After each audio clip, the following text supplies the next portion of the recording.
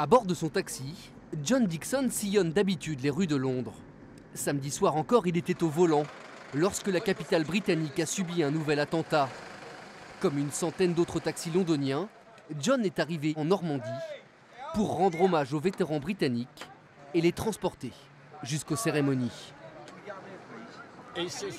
C'est très important de se souvenir de ce qui s'est passé pendant la guerre, pas seulement pour les Français, mais aussi pour les vétérans. C'est peut-être la dernière fois qu'ils pourront rendre hommage à leurs frères d'armes.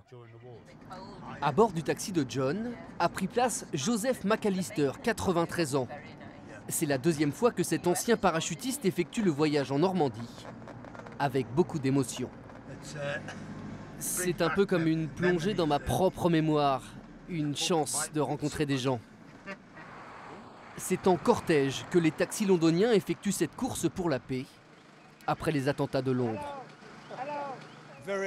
C'est terriblement ironique, c'est pour ça qu'on est là. Continuer le combat, ne jamais renoncer, aller de l'avant. Garder l'esprit du bulldog, qui ne lâche jamais. 73 ans après le débarquement, les vétérans, eux, sont acclamés lorsqu'ils arrivent au pied du Pegasus Bridge de Bénouville, libéré le 6 juin 1944 par l'armée britannique. Je suis ému, vraiment très ému. Le monde est fou. Tout le monde veut tuer tout le monde.